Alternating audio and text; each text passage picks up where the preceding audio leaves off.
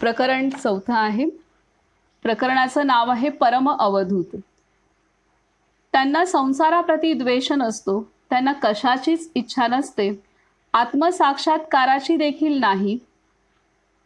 त्यांच्या लेखी जग हे अस्तित्वातच नसते, केवळ आत्मा हे सत्य असते आणि ते त्या आत्म्यामध्येच वास करतात. ते आत्म्याला सर्वत्र व्यापलेला पाहतात. स्वतःच्या भौतिक देहाचे ज्यांना भान नाही, जे आपल्याच आत्म्यात परितृप्त आहेत, असे महात्मा अवधूत असतात. पुन्हा वाचू की त्यांना संसाराप्रती द्वेष नसतो, त्यांना कशाचीच इच्छा नसते, आत्मसाक्षात्काराची देखील नाही. त्यांच्या लेखी जग हे अस्तित्वातच नसते, केवळ आत्मा हे सत्य असते आणि ते त्या आत्म्यामध्येच वास करतात. ते आत्म्याला सर्वत्र व्यापलेला पाहतात. स्वतःच्या भौतिक देहाचे ज्यांना भान नाही, जे आपल्याच आत्म्यात परितृप्त आहेत, असे महात्मा अवधूत असतात. अवधूत कोण असतात ह्या संदर्भात ही व्याख्या केलेली आहे की जे सदैव आत्मलीन अवस्थेत असतात आणि त्यांना कोणत्याही प्रकारची इच्छा नाहीये, अगदी आत्मसाक्षात्काराची सुद्धा इच्छा नाही. केवळ ते आत्मलीन अवस्थेत असतात आणि पूर्ण जगाला ते आत्मिक दृष्टीनेच पाहत असतात. त्यांनी जाणतात की त्यांच्या अंतरी जे आत्मतत्व आहे तेच आत्मतत्व, त्याच आत्मतत्वातून संपूर्ण विश्व निर्माण झालेलं आहे. कारण ते आत्मतत्व, ती चेतना, ती भगवंताची आहे आणि त्याच चेतनेतनं संपूर्ण विश्व निर्माण झालेलं आहे. आणि त्यामुळे ते जे आपल्याच आत्म्यात परितृप्त असतात, हे खूप सुंदर दिलंय की त्यांना भौतिक देहाचे भान असत नाही आणि जे आपल्याच आत्म्यात परितृप्त आहेत, असे महात्मा अवधूत आहेत. जे आपल्याच आत्म्यामध्ये तृप्त झालेले आहेत ते अवधूत आहेत. आता आधीच्या प्रकरणामध्ये एक त्यांनी जे सांगितलेलं आहे वाक्य, आपण ते पण एक पाहू. गुरुदरबारमध्ये त्यांनी जे सांगितलेलं आहे की हे विश्व संपूर्ण त्या चेतनेतनं निर्माण झालेलं आहे. आणि ती जी वाक्य आहेत ती पुन्हा एकदा आपण इथे वाचूयात की अनंत जे काही परमेश्वर हे सर्व प्रेमासाठी, सौंदर्यासाठी आणि आनंदासाठीच निर्माण करतो. जे काही अस्तित्वात आहे ते सर्व अंतरात्म्याला संतुष्ट करण्यासाठीच आहे. ते शत्रुत्वासाठी किंवा द्वेषाकरिता नाही. ते निर्दोषत्वात दोष सिद्ध करण्यासाठी अथवा दोषामध्ये निर्दोषत्व दाखविण्यासाठी नाही. भगवान नित्यानंद म्हणत, हे ब्रह्मांड अनंत आहे आणि ते तुमचाच आत्मा आहे. या जगाला अंतरात्म्याच्या रूपात पहा. जग हे तुमच्यापासून भिन्न नाही आणि तुम्ही जगापासून भिन्न नाही.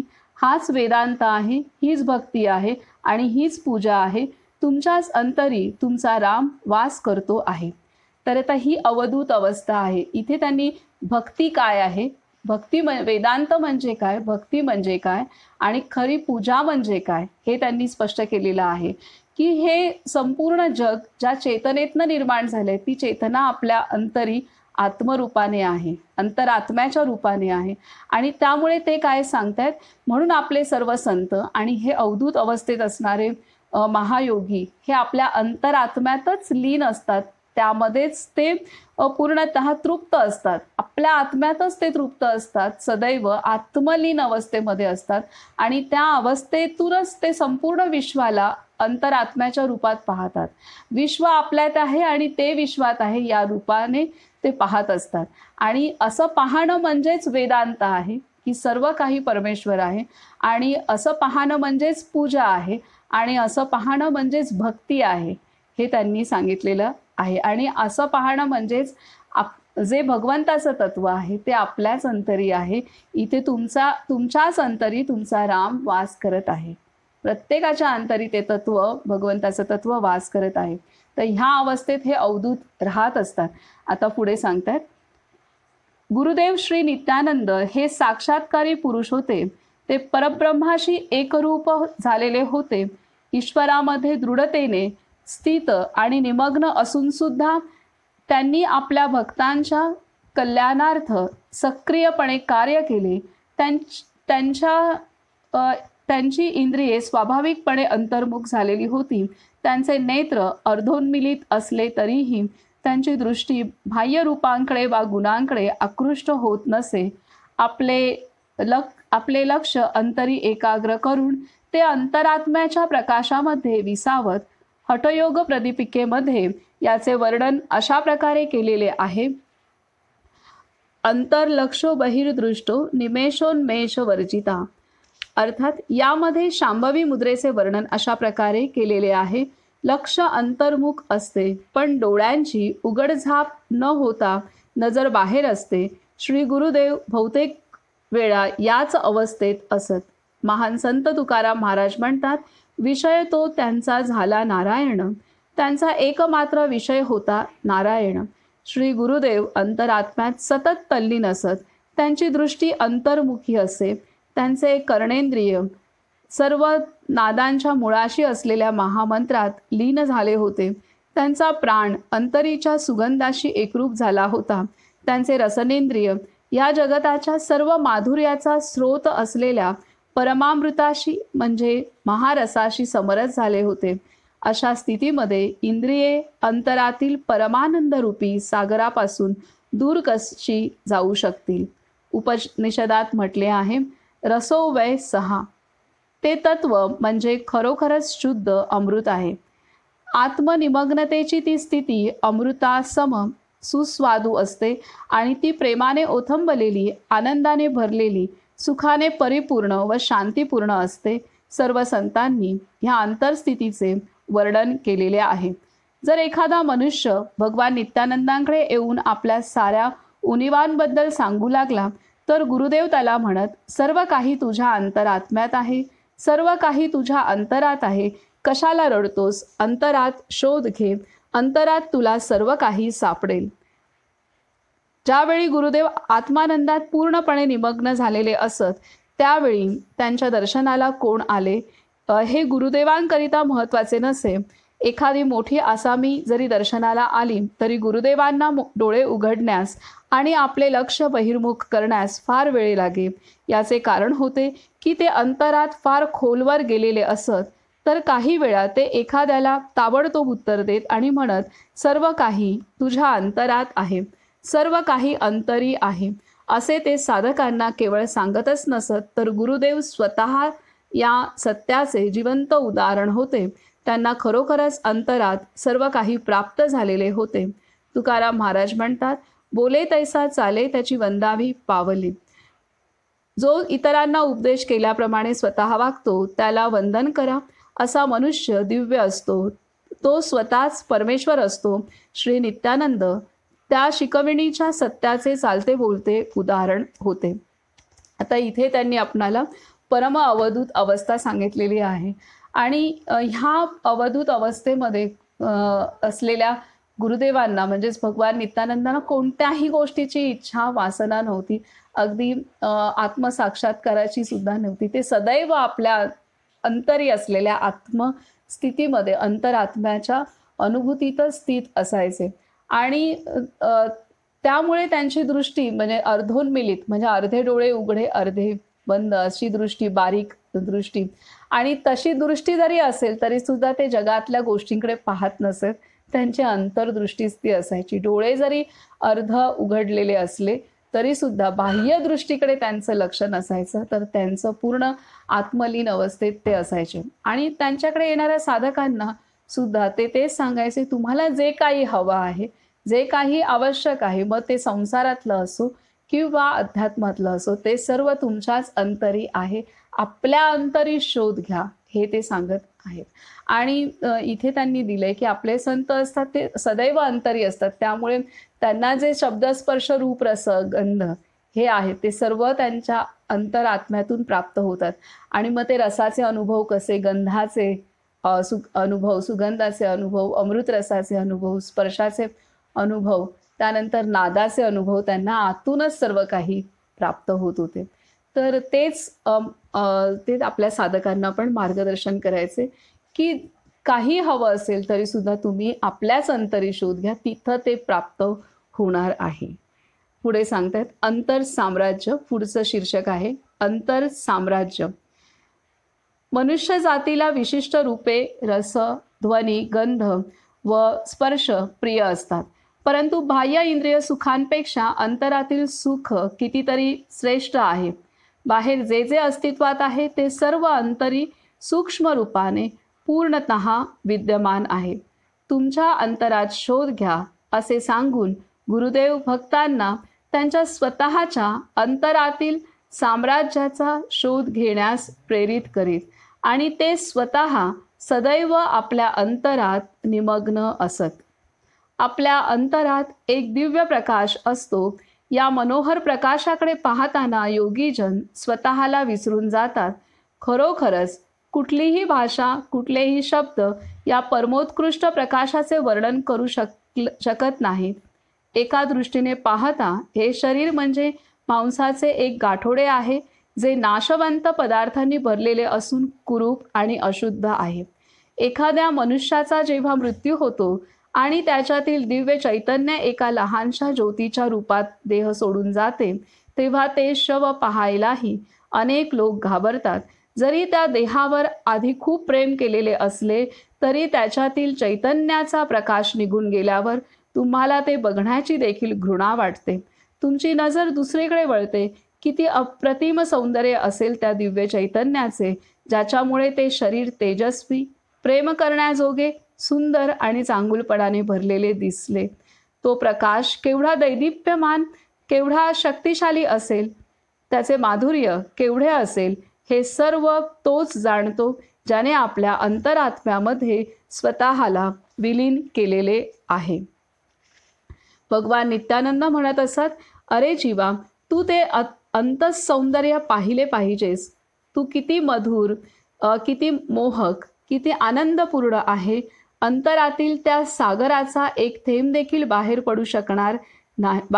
सापडू शकणार नाही. अंतरातील त्या सागराचा एक थेंब देखील बाहेर सापडू शकणार नाही. म्हणून अंतराकडे वळ, ध्यान कर, ध्यान कर, ध्यान कर, हा त्यांचा संदेश होता. तर आता त्यांनी अंतर्जगतातील चेतनेविषयी आणि त्या चेतनेतून जी शक्ती, ऊर्जा प्राप्त होते त्यासाठी खूप खडखडीत उदाहरण दिलेलं आहे की ह्या शरीरातनं चेतना बाहेर निघून जाते, तर खरंच ते पाहणं अत्यंत फार त्रासाचंच असतं. कोणी असो, तिथे घरातलं असो किंवा बाहेरचे असो, परंतु जेव्हा चेतना शरीरातून निघून जाते तेव्हा ते पाहणं अवघड आहे. आणि त्याच्यामुळे इथे ते सांगत आहेत की हे शरीर तर आहे तरीसुद्धा तेच शरीर आहे, परंतु चेतना निघून गेल्यानंतर ते इतकं न पाहण्यासारखी अवस्था शरीराची होते. आणि कारण का की त्यातलं चैतन्य गेल्यामुळे त्यातला जो एक भीतीच वाटते. चेतना नसेल तर ते आपण जास्त वेळ स्पर्श नाही, थोडासा घाबरून स्पर्श करू किंवा असा सगळा प्रकार तो असतो. तर हे त्यातनं आपल्याला ते स्पष्ट करून देत आहेत की जे आपल्याला सौंदर्य ह्या शरीराचं पण वाटतं, तर ते सौंदर्य आतमध्ये असलेल्या चेतनेमुळे वाटतं. नाहीतर असंही ते शरीर आहे, चेतना निघून गेल्यानंतर सुद्धा ते शरीर पहिल्यासारखंच ते शरीर आहे, परंतु सौंदर्य त्यातलं पूर्णतः निघून गेलेलं असतं. त्यामुळे ते आपण पाहू नाही शकत, ठेवू नाही शकत, काहीच नाही ते करू शकत. तर हे इथे त्या चेतनेच्या संदर्भात सांगतात. मग त्यामुळे खरं सौंदर्य हे त्या चेतनेचं आहे, त्या शक्तीचं आहे, त्या ऊर्जेचं आहे की जे ह्या स्थूल शरीराला सुद्धा सौंदर्य, ऊर्जा देतं. आणि इथेच खूप सुंदर वाक्य आहे की अंतरातील त्या सागराचा एक थेंब देखील बाहेर सापडू शकणार नाही. म्हणून अंतराकडे वळ, ध्यान कर, ध्यान कर, ध्यान कर, हा त्यांचा संदेश होता. ध्यान कर म्हणजे अंतरात्म्याकडेच पहा, सर्व काही तिथंच सापडणार आहे. पुढे सांगतात की अंतर्जगताचे आणखी एक आकर्षण आहे ध्वनी. अंतर्जगताचे आणखी एक आकर्षण आहे ध्वनी. मधुर शब्द सर्वांनाच प्रिय असतात. वनातील पक्षी गोड किलबिल करीत आपापल्या गोष्टी सांगत असतात. आपल्या अंतरी एक दिव्य ध्वनी आहे ज्याला नाद असे म्हणतात. हे अंतरसंगीत अत्यंत मोहक आणि प्रिय आहे. हा नाद अंतर आकाशात निनादत असतो. योगीजन आत्म्याशी एकरूप होण्यासाठी या अंतरसंगीताची मदत घेतात. नादाने दिव्य आनंदाची अनुभूती होते. परमेश्वरावर एकाग्र होण्यासाठी हा एक अत्यंत सामर्थ्यशाली उपाय आहे.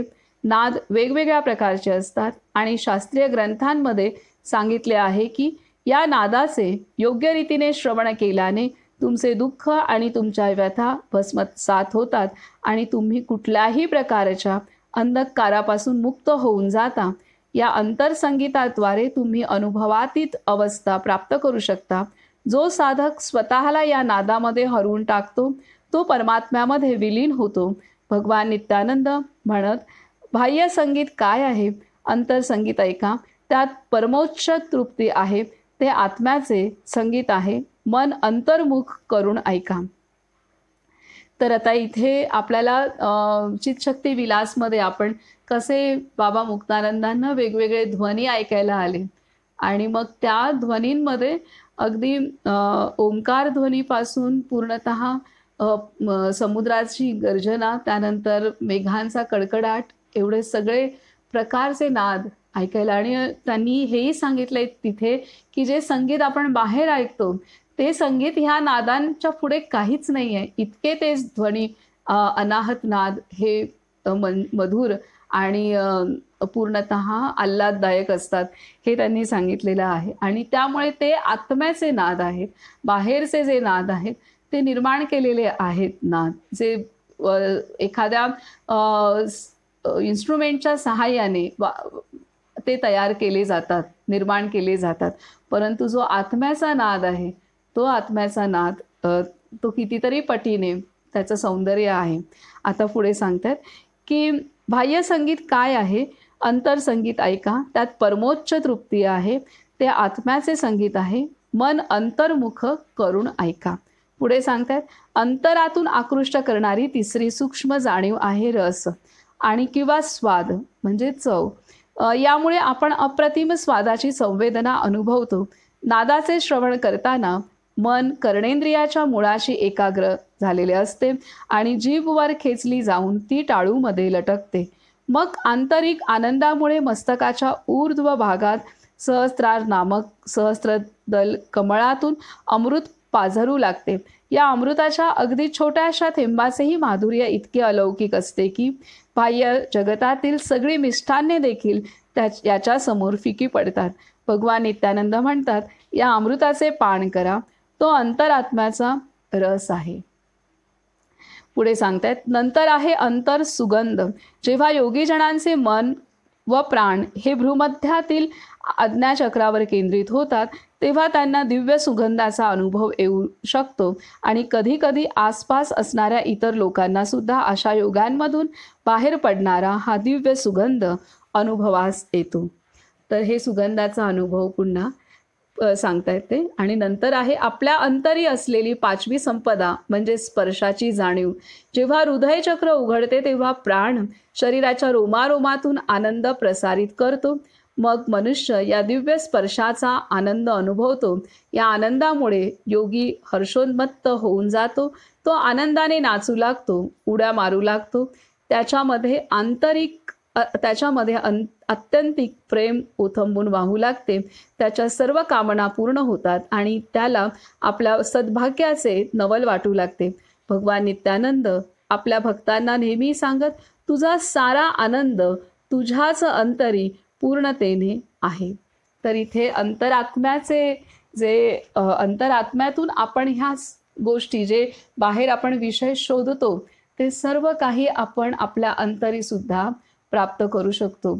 आता इथे त्यांनी खूप उच्च अवस्थेच्या गोष्टी सांगितलेल्या आहेत की शब्द, स्पर्श, रूप, रस, गंध हे कसे आपण अनुभवू आपल्या अंतरात्म्याचे ते त्यांनी सांगितलेले आहेत.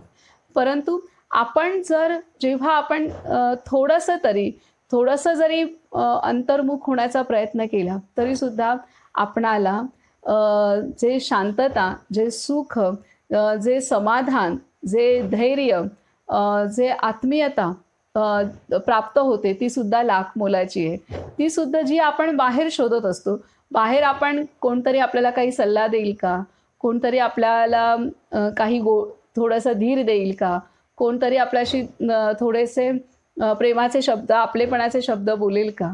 तर हे सगळं आपण जे बाहेर शोधत असतो, आपण थोडंसं जरी 5-10 मिनिटासाठी अंतर्मुख झालं तर हे जे सगळं बाहेर शोधतोय ते सगळं आपल्याला आतमध्ये आहे. आणि काहीही कष्ट न करता सहज आपल्या आतमध्ये आहे. कोणाच्याही मागे न लागता, कोणाचीही काही न सोचता फक्त आतमध्ये जायचंय आणि तिथे आपला सर्व खजाना जो आपल्या भावनांचा आहे, मनाला ज्याची आस आहे, त्या गोष्टी आपल्या आतमध्ये आहे. ही जेव्हा आपल्याला सवय होते, तेव्हा आपण अंतरात्म्यावरतीच अवलंबून राहायला शिकतो आणि मग हळू करत आपण ध्यानामध्ये जसे पुढे जाऊ, तसे हे अनुभव, ह्या सर्व अनुभूती आहेत, ह्या हळूहळू नंतर साधकाला येऊ शकतात. तर इथे आपणाला ह्यासाठी बाबा गुरुदेव सदैव आपल्या येणाऱ्या भक्तांना सांगायचे की अंतरात जा, अंतराचा शोध घे, सर्व काही तुला तिथे प्राप्त होईल. ही सर्वात मोठी शिकवण आहे आणि हीच वेदांताची शिकवण आहे. म्हणून आत्मा आणि परमात्मा एक आहे हे, किंवा तेच आपल्या अंतरी आहे, हे जर तत्व आपल्या पक्क असेल ना, ते जास्त सोपं आहे भगवंताची अनुभूती घेण्यासाठी किंवा आत्मसाक्षात्कार आत्म अनुभूती घेण्यासाठी. तर अद्वैत सिद्धांत ह्यासाठी आचरणाला सोपा आहे.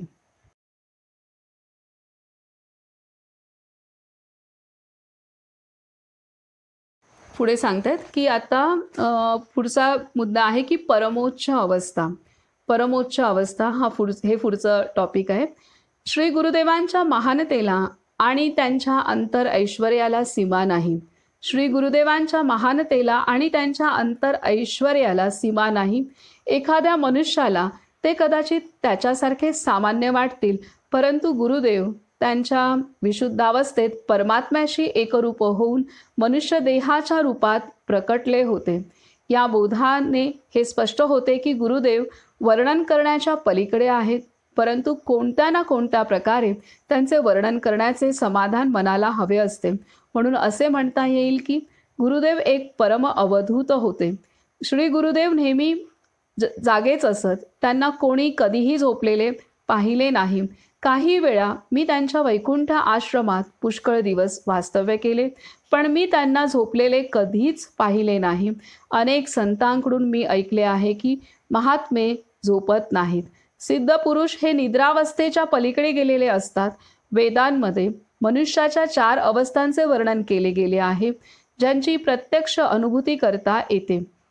जागृतावस्था, स्वप्नावस्था, सुषुप्ती अवस्था आणि अनुभवातीत अवस्था म्हणजे तुर्यावस्था.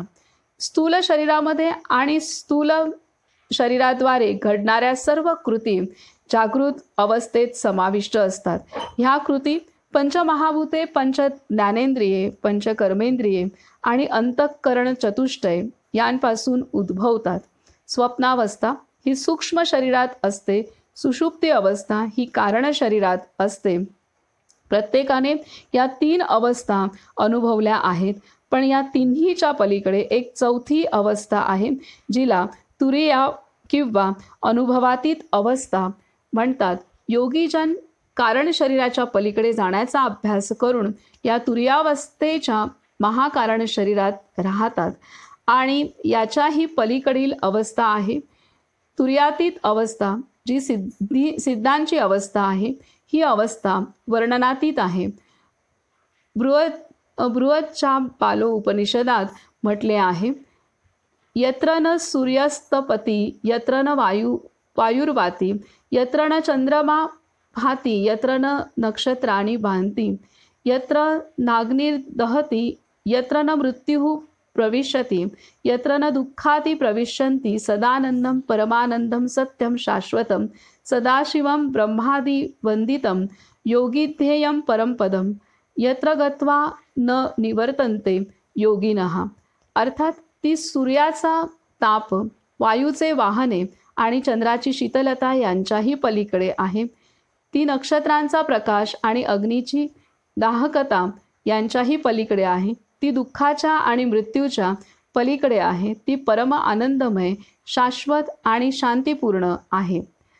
अशा परम कल्याणकारी अवस्थेत पूर्ण स्वतंत्रता व पूर्ण मुक्ती असते. ही शिवाची म्हणजेच ईश्वराची अवस्था असते आणि ही महायोगाच्या अभ्यासाने प्राप्त करता येते. साधकाचा कायापलट होतो आणि त्याला परमेश्वराची नित्य अनुभूती होत राहते. तपस्येने प्राप्त केलेली ही महायोग्यांची अंतिम प्राप्ती आहे. हे लक्ष्य प्राप्त झाल्यानंतर ते कधीच नाहीसे होत नाही. श्री नित्यानंद याच परमोच्च अवस्थेत राहत असत.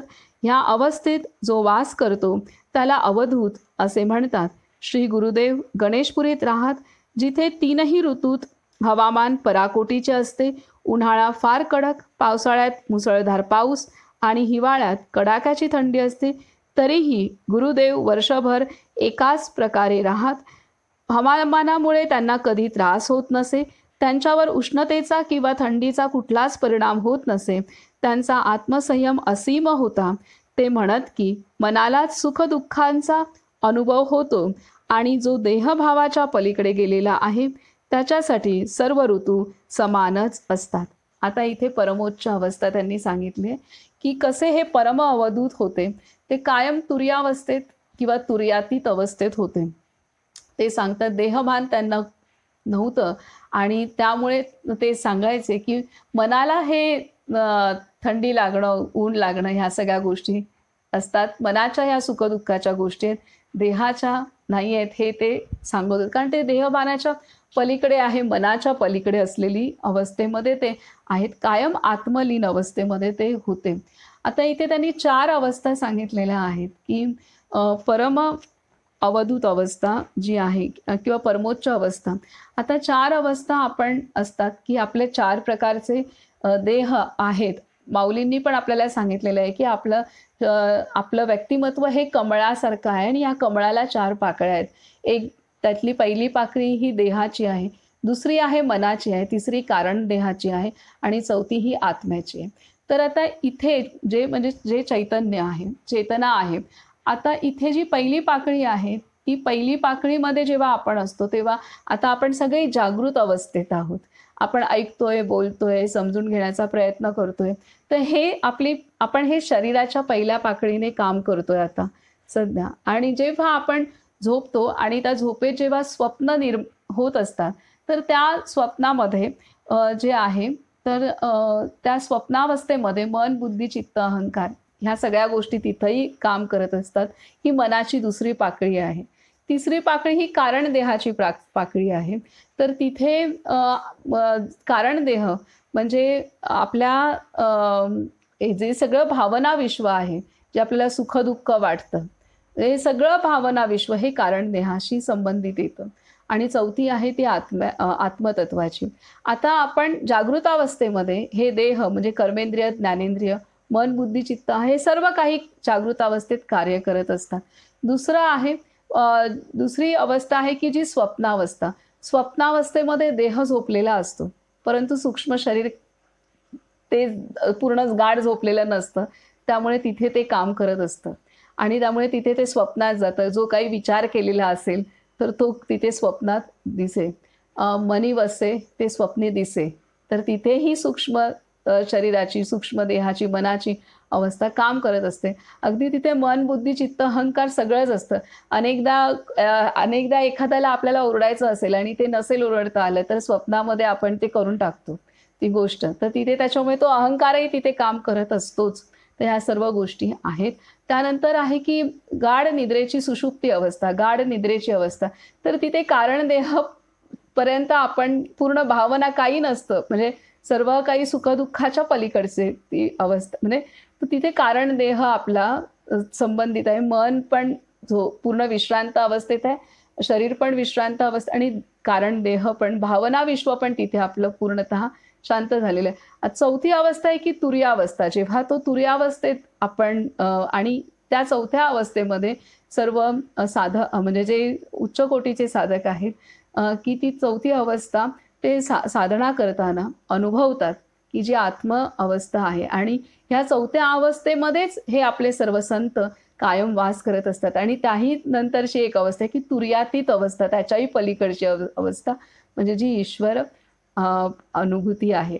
आता तुर्यातीत अवस्था आपण म्हणू शकतो की आत्मसाक्षात्कार पर्यंतची आहे. आणि म्हणजे तुर्यावस्था आणि तुर्यातीत ही पूर्णतः भगवंताची किंवा त्या समान झालेले आहे, भगवत स्वरूप झालेली आहे ही अवस्था आहे. कारण हे जे वर्णन त्यांनी नंतर केलेलं आहे की तुर्यातीत अवस्था म्हणजे तुर्यावस्थेच्या पण पुढची अवस्था जी आहे की ती त्यांनी सांगितलेली आहे. म्हणजे आत्मतत्व पूर्णतः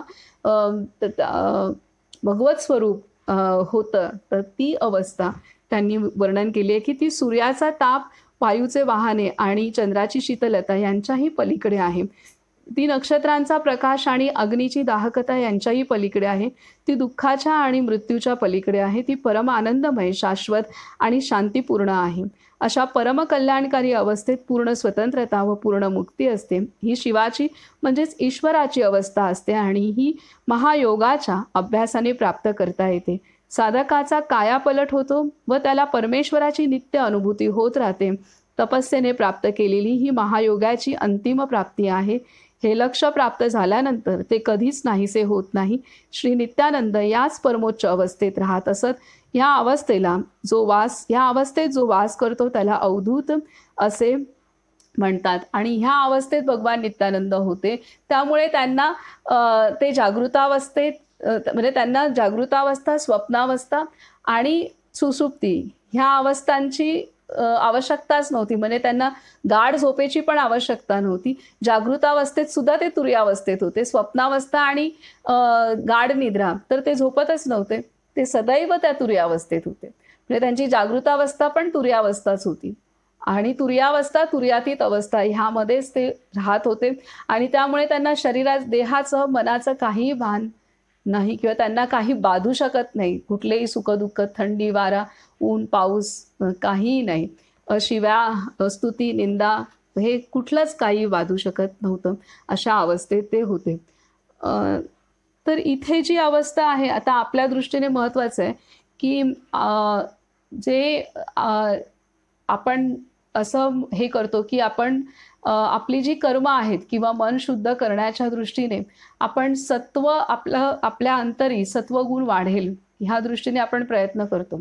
आणि ईश्वराची अनुभूती किंवा आत्म अनुभूती घ्यायची आहे तर ती गुणातीत आहे, ती गुणांच्या पलीकडे आहे. तर त्यामुळे आपणाला आता समजा सत्व, रज, तमाच्या पण पलीकडे, तम आणि रज हे तर दोष आहेत. सत्व तिन्ही गुणांमध्ये रज आणि तम हे ते आपणाला बाह्यमुख करत असतात आणि सत्व हा आपणाला प्रकाशक आणि ज्ञानदाता आणि असा आहे. त्यामुळे आपण ह्या सगळ्या प्रयत्न आपले आहेत की आपली सत्वाची अवस्था, आपल्या शुद्धतेसाठी सत्वगुण मदत करतो. परंतु सत्वगुणाच्या पण पलीकडे आपल्याला जाणं आवश्यक आहे. त्याच्यामुळे आपण त्या सत्वालाही विसरणं म्हणजे सत्वाची प्राप्ती पूर्ण केल्यानंतर त्या सत्वामधून पण पुढे जाणं आवश्यक आहे. कारण त्या सात्विक अहंकारात पण नाही राहायचंय. तर जाऊन आपण आत्मअनुभूती करू शकतो किंवा जी अपेक्षित अवस्था आहे ती थोडी तरी अनुभवू शकतो.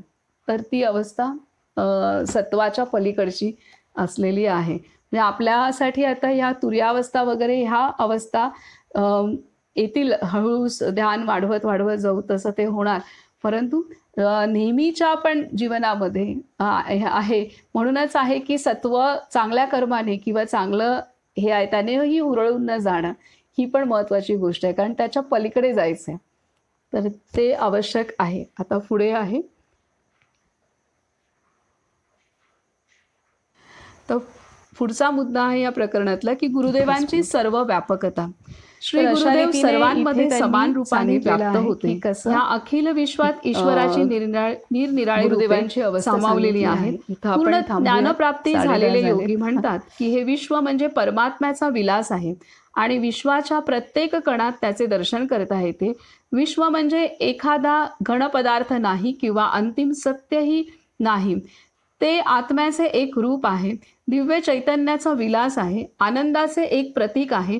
या ब्रह्मांडीय नाट्यकलेने अचंबित होऊन काही जणांनी परमात्म्याला बहुरूपी एक सर्वोत्कृष्ट नट म्हटले आहे जो कुठलीही भूमिका करू शकतो. कारण जरी तो एकच आणि अविभाज्य असला तरी तो लक्षावधी रूपांतून स्वतःला प्रकट करतो आणि मायेद्वारे प्रत्येक लीलेमध्ये भाग घेतो. निष्क्रिय असूनही तो सक्रिय भासतो. मायेची भ्रांती व खुद्द मायासुद्धा भगवंताचीच रूपे आहेत. हे सर्व काही त्याचीच विस्मयकारी रचना आहे. त्याचेच रहस्यमय सृजन आहे. स्वतंत्र असूनही तो देह धारण करतो. सर्वांचा दाता असूनही तो भिकाऱ्याचे रूप घेतो आणि मिळेल ती भिक्षा ग्रहण करतो. या संपूर्ण जगतात वास करणारा असा तो एकमेव परमेश्वरच आहे. त्याच्यामध्येच या विस्मयकारी जगताची नित्य परिवर्तनशील क्रीडा निहित आहे. ज्याप्रमाणे सोन्यापासून अनेक वेगवेगळे अलंकार घडविले जातात, ज्याप्रमाणे एकाच मातीपासून निरनिराळ्या आकाराची मडकी व भांडी बनविली जातात आणि ज्याप्रमाणे एका वीर्यबिंदूपासून विविध अवयव असलेला मनुष्यदेह निर्माण होतो, त्याचप्रमाणे अवघे जगत हे परमेश्वराचे रूप आहे आणि श्री गुरुदेव यात सर्वत्र व्याप्त आहेत. दर्शनाला येणाऱ्या लोकांना ते सांगत, मी प्रत्येक गोष्टीमध्ये आहे. एकदा एका फोटोग्राफरने त्यांना फोटो काढण्यासाठी त्यांची परवानगी मागितली. गुरुदेव म्हणाले, या जगाचा फोटो काढ. मी हे जग आहे. मी जिथे नाही अशी एखादी तरी जागा आहे का? प्रत्येक गोष्टीत माझी झलक आहे.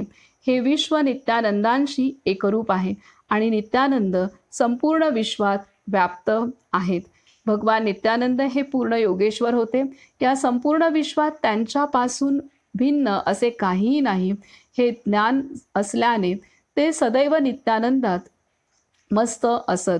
कोणतीही वेळ असो वा कुठलीही परिस्थिती असो, ते सदैव त्याच आनंदमग्न स्थितीत दिसायचे. हे संपूर्ण विश्व माझीच लीला आहे याच बोधात ते असल्याचे दिसायचे.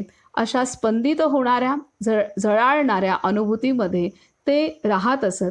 ते कधीही गुणदोष पाहत नसल्यामुळे त्यांच्या दृष्टीने काहीही ग्राह्य वा त्याज्य नव्हते. श्री गुरुदेवांची अनासक्ती एवढी अद्भुत होती की बघत असूनही ते बघत नसल्यासारखे भासत, ऐकत असूनही ते ऐकत नसल्यासारखे भासत आणि बोलत असूनही ते बोलत नसल्यासारखे वाटत. त्यांचे मन गुणविशेषांपासून मुक्त होते.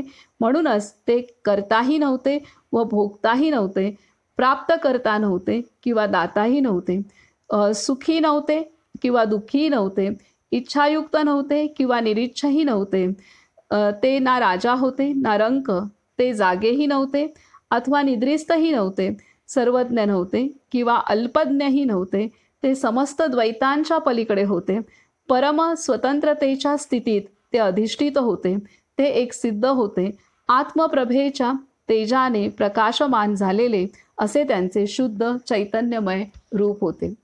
आता ही जी त्यांनी अवस्था पूर्ण सांगितलेली आहे, ही सर्व द्वैताच्या पलीकडे असलेली अवस्था आहे. आता त्यांनी सांगितले ना, हे सर्व फोटो काढ आणि हे सर्व जगत माझ्यामध्ये आहे.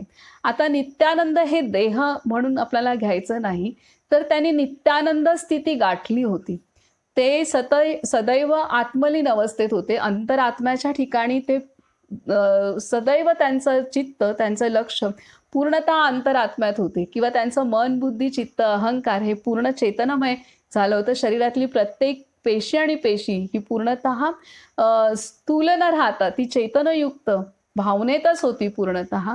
आणि मन त्यांचं मनामधले सर्व काही ज्या मनाच्या गोष्टी असतात ते सर्व काही जाऊन ते सुद्धा चिती झालेलं होतं, म्हणजे शिवशक्तीत झालेलं होतं. अशा रीतीने त्यांचं प्रत्येक चारी पाकळ्या त्यांच्या ह्या चेतनमय होत्या, कारण त्या चेतनेतनंच निर्माण झालेल्या आहेत.